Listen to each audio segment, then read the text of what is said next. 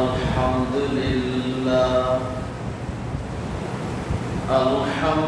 لله نحمده ونستعينه ونستغفره ونؤمن به ونتوكل عليه ونعوذ بالله من شرور أنفسنا ومن سيئات أعمالنا من يهده الله فلا مضل له ومن يضلله فلا هادي له ونشهد أن لا إله إلا الله وحده لا شريك له ونشهد أن محمدا عبده ورسوله أما بعد فإن خير الحديث كتاب الله وخير الهدي هدي محمد صلى الله عليه وسلم وشر الأمور محدثاتها وكل محدثة بدعة وكل بدعة ضلالة وكل ضلالة في النار الذي أرسله بالحق بشيرا ونذيرا وداعيا إلى الله بإذنه وسراجا منيرا فقد قال الله تبارك وتعالى في كلامه المجيد والفرقانه الحميد أعوذ بالله من الشيطان الرجيم بسم الله الرحمن الرحيم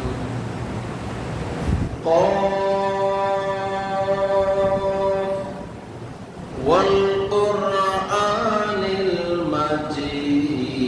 المجيد بل عجبوا أن جاءهم منذر منهم فقال الكافرون هذا شيء عجيب أإذا متنا وكنا ترابا ذلك رجع بعيد قد علمنا ما تنقص الأرض منهم وعندنا كتاب حفيظ قال الله تعالى قل هل ننبئكم بالأخسرين أعمالا الذين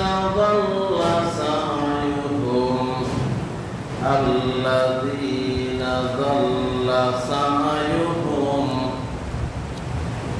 في الحياة الدنيا وهم يحسبون أنهم يحسنون صنعا إلى آخر الآية.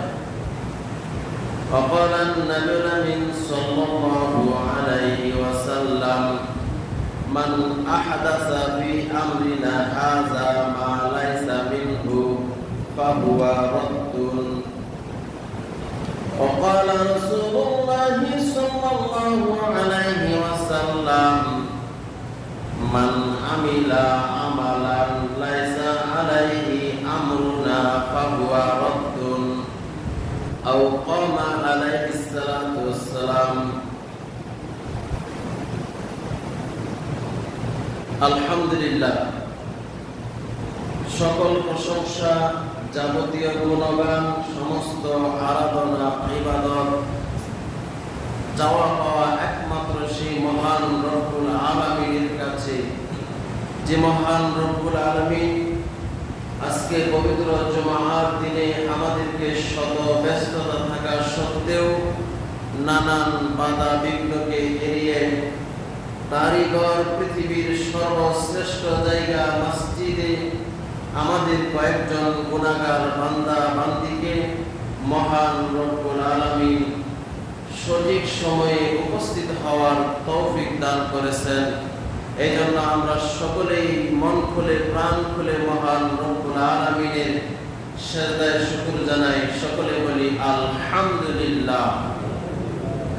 আর সিজদায় শুকর সেই মহান রব্বুল আলামিনের জন্য, যার কোনো নয় নেই, কোনো ক্ষয় নেই, যিনি অমর অক্ষয় চিরস্থায়ী চিরঞ্জীব, সেই মহান আল্লাহ।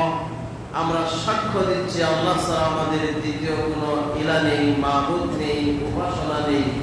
যে মহান রব্বুল আলামিন আমাদের রিজিক দাতা, হায়াত দাতা, মওত দাতা, যে মহান রব্বুল আলামিন আসমান জমিনের মালিক, যিনি সকল কিছুর উপর ক্ষমতাবান, সকল ক্ষমতা যার হাতে, সেই মহান রব্বুল আলামিনের সিজদায় শুকর আমরা আবারও বলি আলহামদুলিল্লাহ। অতঃপর দুরূদ এবং সালাম বর্ষিত হোক বিশ্ব মানবতার মুক্তির দূত, রাহমাতুল লিল আলামিন, বিশ্ব নবী, নবীদের নবী, নবিকুল সম্রাট, নবিকুল শিরোমণি সাইয়্যিদুল মুরসালিন, রাহমাতুল লিল আলামিন, বিশ্ব নবী, যে নবীর আগমনের ফলে আমরা অন্ধকার তথা জাহেলিয়ার বর্বরতার কুসংস্কারের যুগ থেকে শান্তির ধর্ম ইসলাম ধর্মকে পেয়েছি। যে নবী শরীয়তের প্রত্যেকটি বিষয় পুঙ্খানুপুঙ্খানুভাবে বিস্তারিতভাবে আলোচনা করে গিয়েছেন, যাতে করে উম্মতে মুহাম্মদীর পরবর্তীতে কোনো সমস্যা না হয়। যে নবীর উপরে শরীয়তের সবকিছু একেবারে সবকিছু কমপ্লিট হওয়ার পরে আল্লাহ পাক আল ইয়াউমা আকমালতু লাকুম দীনাকুম এই আয়াত নাযিল করে ঘোষণা দিয়েছেন শরীয়তের সবকিছু পরিপূর্ণ। সেই নবীর উপর সংক্ষিপ্ত আমরা দুরূদ পাঠাই, আমরা সকলেই বলি সাল্লাল্লাহু আলাইহি ওয়াসাল্লাম। উপস্থিত মুআজ্জাজ মুহতারাম সম্মানিত আল্লাহর ঘরের মেহমান ও মুসল্লিয়ান ইকরাম, মহাগ্রন্থ আল কুরআন সূরা কাহফ থেকে একটি আয়াত তেলাওয়াত করেছি এবং বিশ্বনবীর অসংখ্য অমীয় বাণী থেকে দুইটি ছোট ছোট হাদিস তেলাওয়াত করেছি। ইনশাআল্লাহ রব্বুল আলামিন যদি আমাকে তৌফিক দান করেন, তাহলে এই আয়াত এবং হাদিসকে সামনে রেখে আপনাদের খেদমতে সংক্ষিপ্ত খুতবার মাধ্যমে কিছু কথা বলার চেষ্টা করব ইনশাআল্লাহ। ওমা তৌফিক ইল্লা বিল্লাহ, আলাইহি তাওয়াক্কালতু ওয়া ইলাইহি উনীব। সম্মানিত মুসল্লিয়ান ইকরাম, আজকের সংক্ষিপ্ত আলোচনার বিষয় হলো ঈদে মিলাদুন নবী তথা রবিউল আউয়াল মাসের করণীয় এবং বর্জনীয়। রবিউল মাসের সম্ভবত আজকে 9 তারিখ, 12 তারিখে রবিউল আউয়াল মাসের 12 তারিখে আমাদের দেশে বিশ্বনবীর জন্মদিন পালন করা হয়, ঠিক না? বিশ্বনবীর জন্মদিন পালন করা হয় এই জন্য কল কারখানা, অফিস আদালত, মিল ফ্যাক্টরি, শিক্ষা প্রতিষ্ঠান সবকিছুই বন্ধ থাকে এই 12 রবিউল আউয়াল বিশ্বনবীর জন্মদিনকে উদযাপন করার উপলক্ষে। কিন্তু আমরা জানার চেষ্টা করব যে আসলে ইসলাম এটা কতটুকু সমর্থন করে। সম্মানিত মুসল্লিয়ান ইকরাম, ঈদে মিলাদুন নবী অর্থ হলো বিশ্বনবীর জন্ম মুহূর্ত, অর্থাৎ বিশ্বনবীর জন্মদিন পালন করা, যেটা আমাদের সমাজে চলে আসে। ভাইরা আমার, এই ঈদে মিলাদুন নবী তথা বিশ্বনবীর জন্মদিন পালন করা উপলক্ষে রবিউল আউয়াল মাস আসার সাথে সাথে বিশেষ করে যারা ঈদে মিলাদুন নবী অর্থাৎ বিশ্বনবীর জন্মদিন পালন করি, তারা বিভিন্ন পদক্ষেপ গ্রহণ করি যে কিভাবে ঈদে মিলাদুন নবী বিশ্বনবীর জন্মদিন পালন করা যায়, কতটুকু কি পরিকল্পনা করা যায়। এই জন্য রবিউল আউয়াল মাসের চাঁদ ওঠার সাথে সাথেই পরিকল্পনা শুরু হয়ে যায়। বিশেষ করে যারা নবীর প্রতি বেশি ভক্তি দেখিয়ে আশিকে রাসূল বিশ্ব নবীর প্রতি বেশি ভালোবাসা দেখান, তারাই মূলত এভাবে এই অনুষ্ঠান করে থাকেন। কিন্তু সম্মানিত মুসল্লিয়ান ইকরাম, আমরা যদি ইতিহাস ঘাঁটি তাহলে দেখা যায় যে বিশ্বনবীর জন্ম তারিখ নিয়ে একটু মতামত রয়েছে। বিশ্বনবী মৃত্যুবরণ করেছেন সোমবার এবং জন্মগ্রহণ করেছেন সোমবার। বার ঠিক আছে, ভালো করে খেয়াল করে শুনবেন। বিশ্বনবী জন্মগ্রহণ করেছেন সোমবার এবং মৃত্যুবরণ করেছেন কি বার? সোমবার। মৃত্যুর তারিখ নিয়ে কোনো দ্বিমত নাই, কিন্তু জন্ম তারিখ নিয়ে একটু মতামত আছে। তার মধ্যে সর্ববিশুদ্ধ মত হলো যে 9 রবিউল আউয়াল, হিসাব করে দেখা যায় 12 রবিউল আউয়াল আপনার সোমবার পরে না, 12 রবিউল আউয়াল পরে, 12 রবিউল আউয়াল সোমবার পরে না, আপনার 12 রবিউল আউয়াল পরে বৃহস্পতিবার জন্ম তারিখ হিসাব করে দেখা যায়। আর সোমবার পরে 9 রবিউল আউয়াল। কথাটা বুঝতে পারছেন?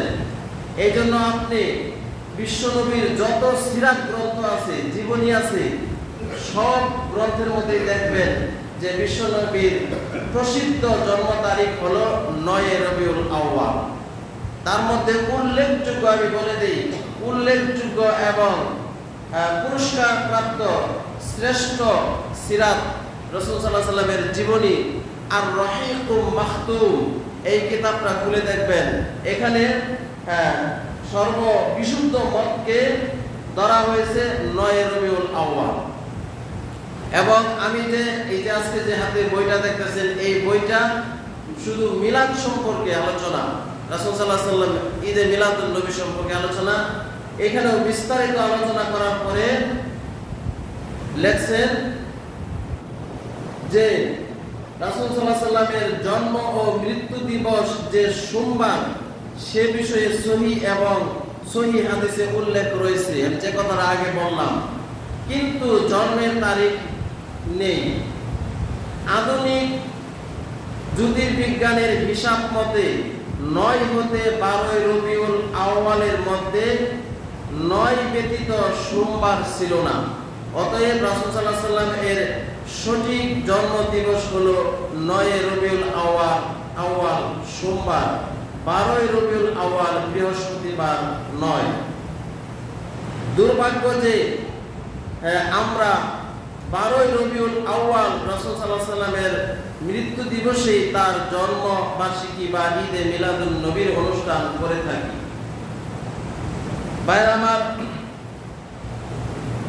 তো হিসাব মতে দেখা যায় যে 9 রবিউল আউয়াল সেদিন ছিল সোমবার।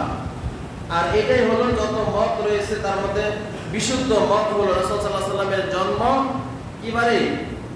সোমবার, 12 সোমবার কি 9 রবিউল আউয়াল, আর মৃত্যু হচ্ছে 12 রবিউল আউয়াল সোমবার। তো এটা আমাদের দেশে কেন কিভাবে আসলো আমরা একটু চিন্তা করি, একটু দেখি। ভাইরা আমার,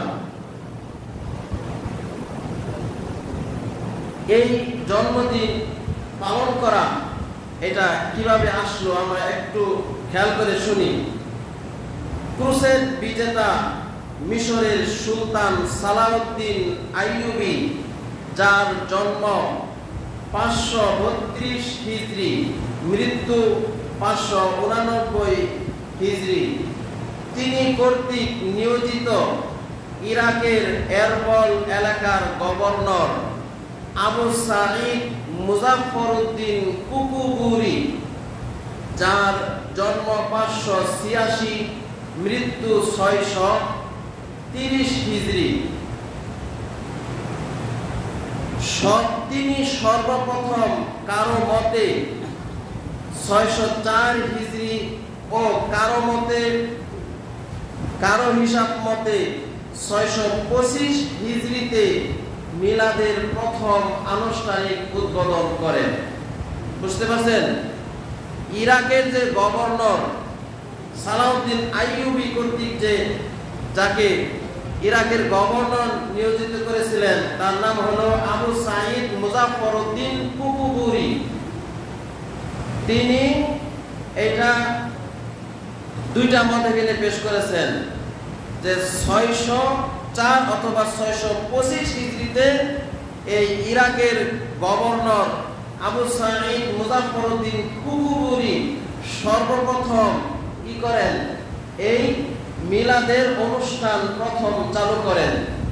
কিভাবে চালু করেন তাও এখানে একেবারে বিস্তারিত আলোচনা করা আছে।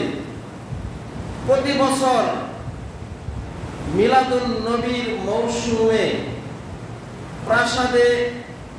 প্রাসাদের নিকটে কমপক্ষে 20টি খানকাতে তিনি গান বাদ্যের আসর বসাতেন। এই ইরাকের গভর্নর, এরবলের গভর্নর আবু সাঈদ মুজাফফরউদ্দিন কুকুবুরি, তিনি প্রতি বছর ঈদে মিলাদুন নবী, বিশ্বনবীর জন্মদিন পালন করা উপলক্ষে তিনি অন্তত পক্ষে 20টা খানকাতে, 20টা ঘরে আর কি, খানকা বলা হয়, এটা যারা মাজারপন্থী তারা বলে থাকে, 20টা খানকার মধ্যে তিনি গান বাদ্যের আসর বসাতেন। শুধু তাই নয়, এই গান বাজনার আসর তিনি কোন বৎসরে কোন মৌসুমে মুহররম মাস থেকে শুরু করতেন, আবার কোন বৎসরে সফর মাস থেকে শুরু করতেন। তার মানে প্রায় 2 মাস, 1 মাস, 1.5 মাস আগ থেকে এই গানের মানে মিলাদুন নবীর অনুষ্ঠান পালন করার লক্ষ্যে এই গানের আসর প্রায় 1 মাস, 1.5 মাস আগে থেকে শুরু করতেন। শুধু তাই নয়, এই মিলাদুন নবীর অনুষ্ঠানকে পালন করার জন্য গভর্নর আবু সাঈদ মুজাফফরউদ্দিন কুকুবুরি এই মিলাদুন নবীর অনুষ্ঠানকে পালন করার জন্য আবু সাঈদ মুজাফফরউদ্দিন কুকুবুরি 2 দিন আগ থেকে খানকার আশেপাশে বহু গরু ছাগল জবাই করা হতো। বহু গরু ছাগল ওই 20টা খানকার আশেপাশে বহু গরু ছাগল জবাই করা হতো। শুধু তাই নয়, কবি, গায়ক, ওয়াইজ সহ অসংখ্য লোক সেখানে ভিড় জমিয়ে বিশ্বনবীর জন্মদিন পালন করার উদযাপনের নামে সেখানে চরম স্বেচ্ছাচারিতায় লিপ্ত হতো। কবি, গায়ক এবং অনেক অসংখ্য ওয়াইজ সেখানে তিনি দাওয়াত করতেন। হ্যাঁ, এবং সেখানে বিশ্বনবীর জন্মদিন উদযাপন করার নামে সেখানে তারা চরম স্বেচ্ছাচারিতায় লিপ্ত হতেন। মানে নাচানাচি, ফালাফালি, হ্যাঁ, ইয়া নবী সালাম আলাইকা, ইয়া নবী সালাম আলাইকা, এরকম ভাবে শুরু করতেন, নাচতেন, ফালাফালি করতেন। শুধু তাই নয়, এখানে বলা হয়েছে যে ইবনুল জাউজি বলেন গভর্নর নিজে সেই নাচে অংশগ্রহণ করতেন। ওই যে আবু সাঈদ কি মুজাফফরউদ্দিন কুকুবুরি, যিনি এটার কি হেড, তিনি ওই গানে, ওই নাচে তিনি নিজে অংশগ্রহণ করতেন। সম্মানিত মুসল্লিয়ান ইকরাম, তারপরে আরেকজন প্রখ্যাত গবেষক বলছেন মইজুদ্দিন হাসান বলেন তিনি আলেমদেরকে উপঢৌকন ও চাপ দিয়ে মিলাদের পক্ষে জাল হাদিস ও বানোয়াট গল্প লিখতে বাধ্য করতেন। বুঝতে পারছেন? হ্যাঁ, তিনি নিজে নাচে অংশগ্রহণ করতেন ওই খানকায়। বিশ্বনবীর জন্মদিন উপলক্ষে সেখানে তো জন্মদিন পালন হতো না, বরং সেখানে নাচ, গান, ফালাফালি, হ্যাঁ, এরকম হতো। আর কি করতেন? আলেমদেরকে উপঢৌকন দিয়ে, হ্যাঁ, পুরস্কার দিয়ে, টাকা দিয়ে, গুরুজা দিয়ে, হ্যাঁ, তাদেরকে বিশ্বনবীর জন্মদিনের পক্ষে জাল হাদিস এবং বানোয়াট কিস্সা কাহিনী, গল্প লিখতে কি করতেন? বাধ্য করতেন। অথচ আলেমরা লিখতে চাইতো না। এটার কারণ কি? এটার কারণ একটাই, উদ্দেশ্য একটাই, তিনি মিথ্যা নবীর প্রেমের মোহরা দেখিয়ে জনসাধারণের মনকে জয় করতেন। আসলেই দেখেন, কোন জায়গায় গান বাজনা হইলে, নাচ যখন উঠে যায়, যখন নাচ শুরু হয়ে যায়, তখন আনন্দ লাগে, ঠিক কিনা? হ্যাঁ, ফালাফালি করলে আনন্দ লাগে না? আনন্দ লাগে। সেখানে এক অকাণ্ড দৃশ্য হতো। যাই হোক, সম্মানিত মুসল্লিয়ান ইকরাম, এই হলো বিশ্বনবীর জন্মদিনের পালনের উৎসব। তাহলে দেখেন, চিন্তা ভাবনা করেন, আল্লাহর নবী জন্মগ্রহণ করেছেন, আমরা মোটামুটি জানি 570 খ্রিস্টাব্দে। হ্যাঁ, যে মত 12 রবিউল আউয়াল ধরা হয়, কিন্তু আসলে 9 রবিউল আউয়াল জন্ম। হ্যাঁ, তাহলে কতদিন পরে এটা শুরু হয়েছে খবর আছে? হ্যাঁ, 570 খ্রিস্টাব্দে বিশ্বনবী জন্মগ্রহণ করেছেন। আর এই জন্ম দিবস পালন হইতেছে কত খ্রিস্টাব্দে গিয়ে? 604 অথবা 625 ধরি, আমরা 625 ধরি। তাহলে কত মাঝখানে ব্যবধান দেখছেন? হ্যাঁ, এটা তাও তো বিশ্বনবীর তো জন্মদিন পালন হয় না। জন্মদিন পালনের নামে সেখানে কি ভণ্ডামি করা হয়েছে? কথা ঠিক না বেঠিক? নাচানাচি, ফালাফালি, এটা কি ভণ্ডামি না নেকির কাজ? এগুলো হচ্ছে ভণ্ডামি।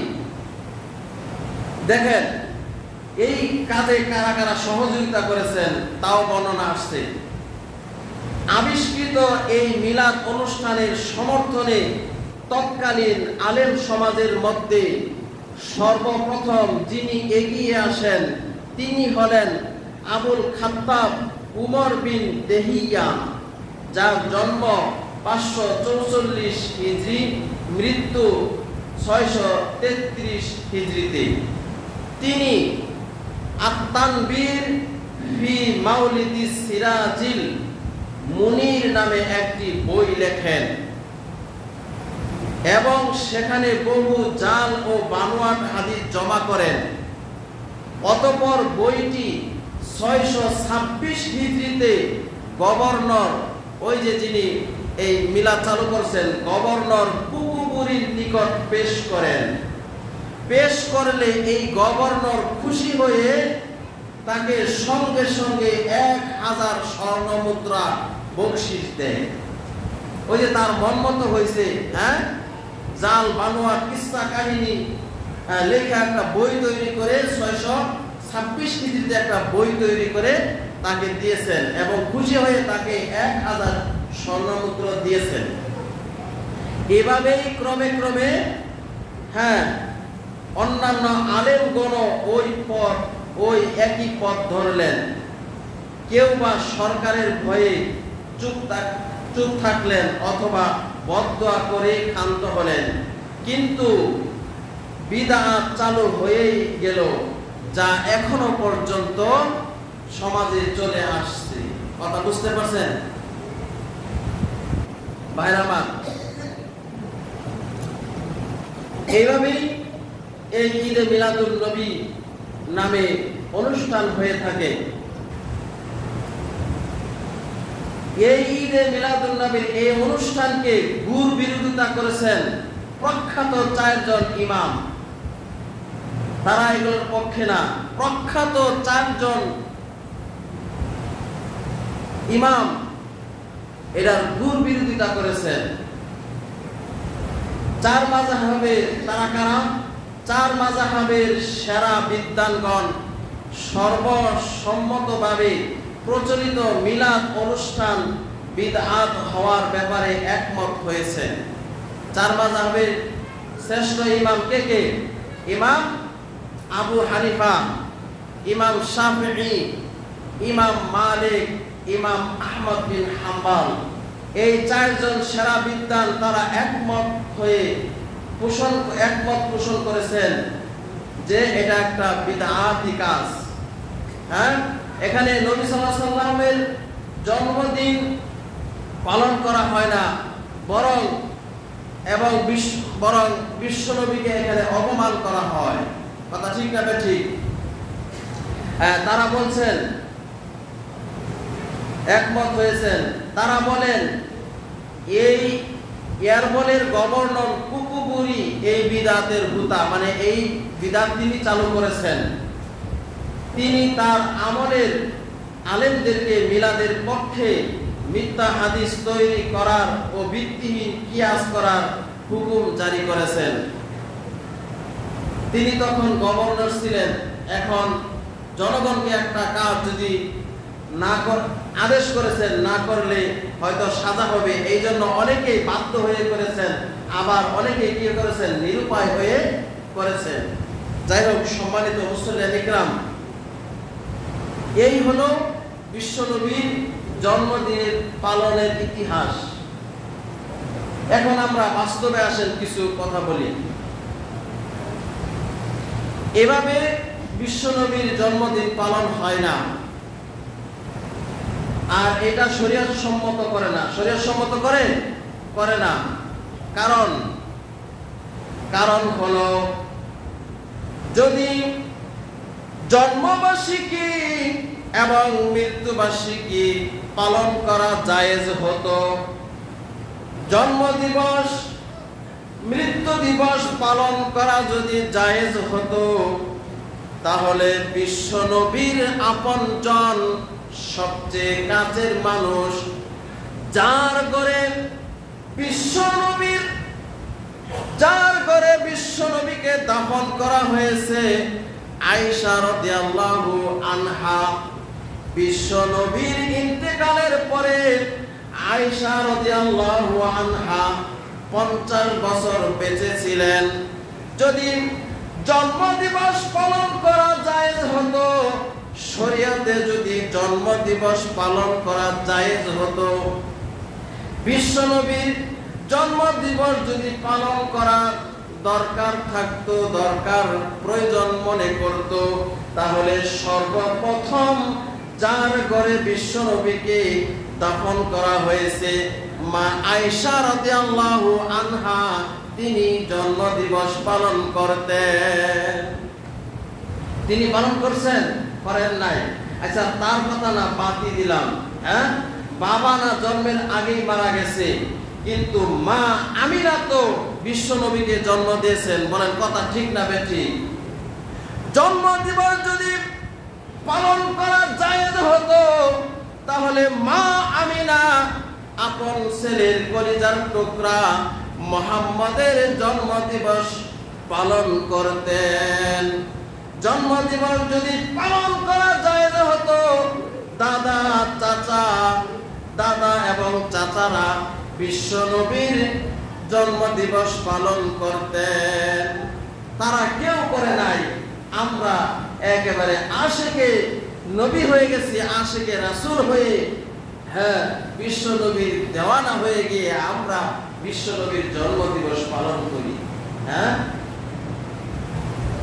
ভাইরা আমার, যদি জন্মদিবস পালন করতে হয়, তাহলে বিশ্বনবী যেভাবে পালন করেছেন আমাদেরকেও সেভাবে পালন করতে হবে। ভাইরা আমার, বিশ্বনবী তার জন্মদিবস পালন করেছেন রোজা রেখে, সিয়াম রেখে। সাহাবীরা বিশ্বনবীর জন্মদিবস পালন করেছেন সিয়াম রেখে, রোজা রেখে। যদি আমরা বিশ্বনবীর জন্মদিনে সিয়াম রাখতে পারি, রোজা রাখতে পারি, তাহলে বিশ্বনবীর জন্মদিবস পালন করা হবে।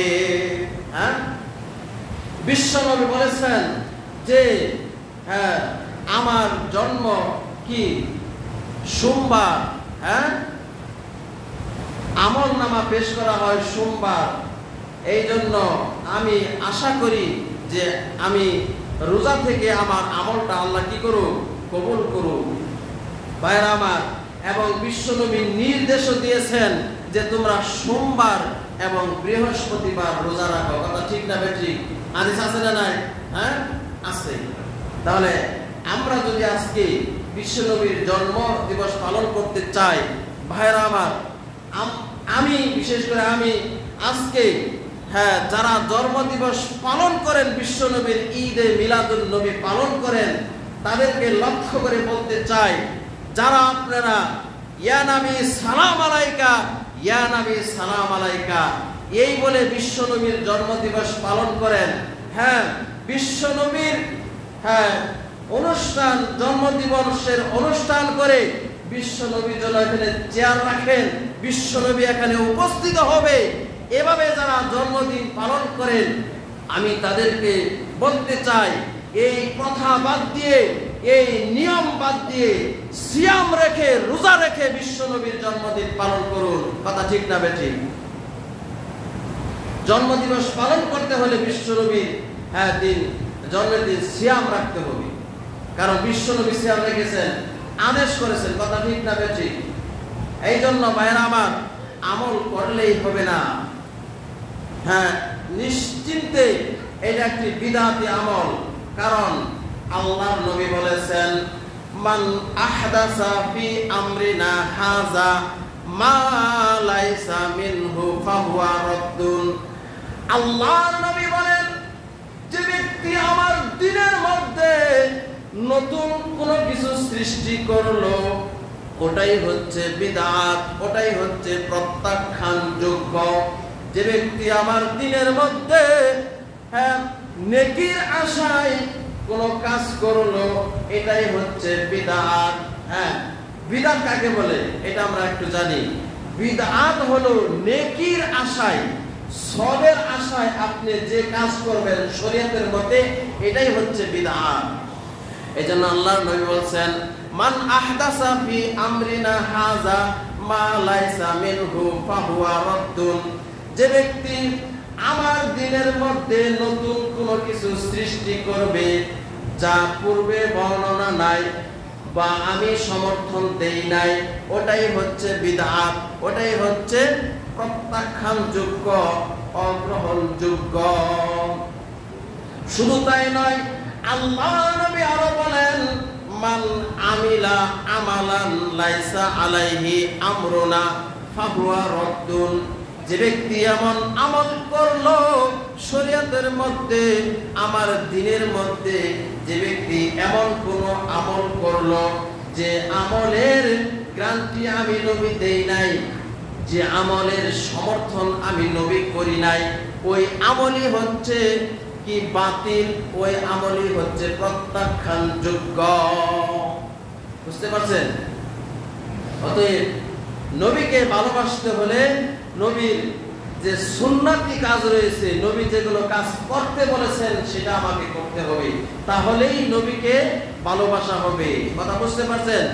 নবী যেগুলো করেন নাই, আদেশ দেন নাই, সাহাবীরা করেন নাই, সেগুলো যদি আমি করি তাহলে নবীকে ভালোবাসা হলো না, মূলত নবীকে অপমান করা হলো।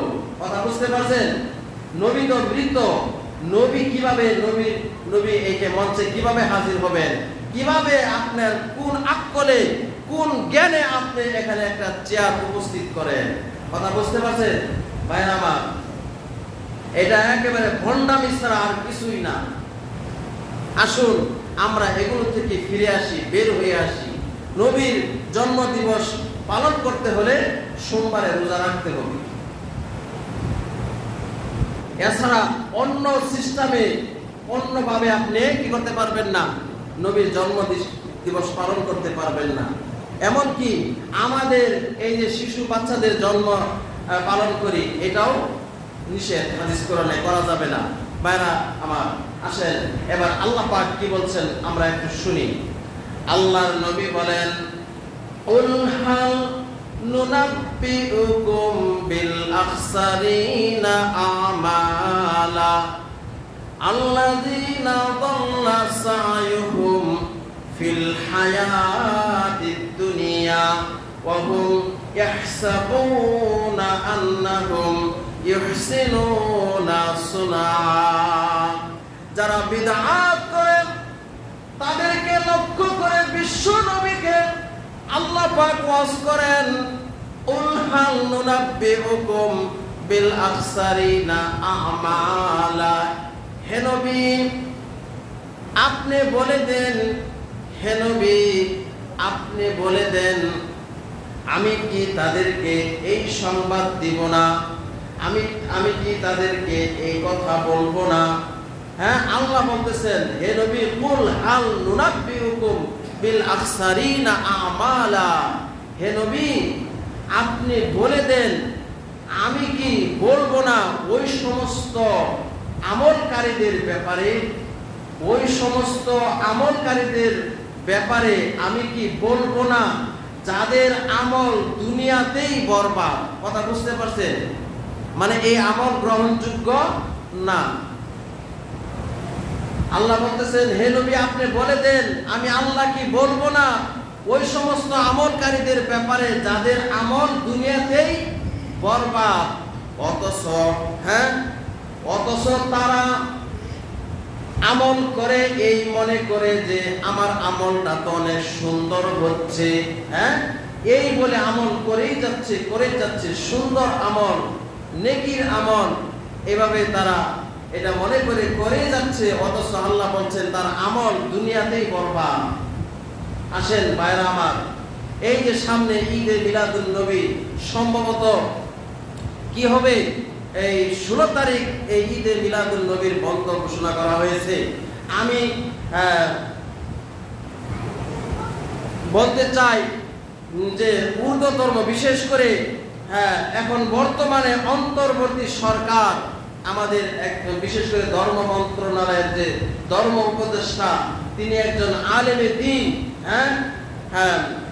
আমরা সরকার বাহাদুরকে বলতে চাই যে এই জন্মদিবস যেহেতু রাসূল করে নাই, যেহেতু আপনি একজন ধর্ম উপদেষ্টা, আপনি কোনটা শিরক কোনটা বিদআত ভালো জানেন, তো জন্মদিবস তো পালন করা ঠিক নয়, এটা যেন বাতিল বলে ঘোষণা করা হয়, এই বিবেচনা আপনার কাছে দিলাম, আপনারা করার চেষ্টা করবেন।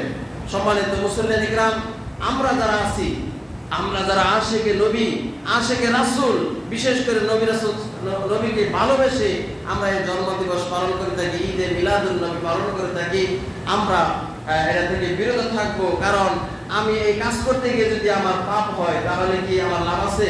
লাভ নাই। অতএব আমরা যেন ঈদে মিলাদুন নবীর অনুষ্ঠান থেকে বেঁচে থাকতে পারি। ঈদে মিলাদুন নবী, একটা ঈদ কয়টা বলেন তো? ঈদ কয়টা বছরে? মুসলমানদের ঈদ কয়টা? দুইটা। আরেকটা যুগ হচ্ছে ঈদে মিলাদুন নবী, জশ্নে জুলুস ঈদে মিলাদুন নবী। এই ঈদে মিলাদুন নবী উপলক্ষে খিচুড়ি পাক হবে, সিন্নি পাক হবে, কত কিছু পাক হবে। শেষে জিলাপি বিতরণ করা হবে। ইয়া নবী সালাম আলাইকা, ইয়া নবী সালাম আলাইকা বলতে বলতে গাল একেবারে ভাঙ্গে ফেলাবে। দাঁড়াইয়া বলবে, শুয়া বলবে, বৈশা বলবে, ইয়া নবী সালাম আলাইকা বলতে বলতে মনে হয় যে কত বড় কাজ জানি কইরা আসলো, অথচ একটা বিদআতি কাজ করলো। এটা নবী সাল্লাল্লাহু আলাইহি ওয়াসাল্লাম সমর্থন করে নেয়, আল্লাহ সমর্থন করে নেয়। আসুন ভাইরা আমার, আমরা যেন এই সমস্ত কাজ থেকে, বিদআতি কাজ থেকে যেন আল্লাহ আমাদেরকে বাঁচিয়ে রাখেন। সকলে বলুন আমিন। বারাকাল্লাহু লানা ফিল কুরআনিল আযীম ওয়া নাফা'না ওয়া ইয়্যাকুম বিল আয়াতি ওয়া যিকরিল হাকীম। ইন্নাহু তাআলা জাওয়াদুন কারীমুন বারিকুর রাউফুর রহিম।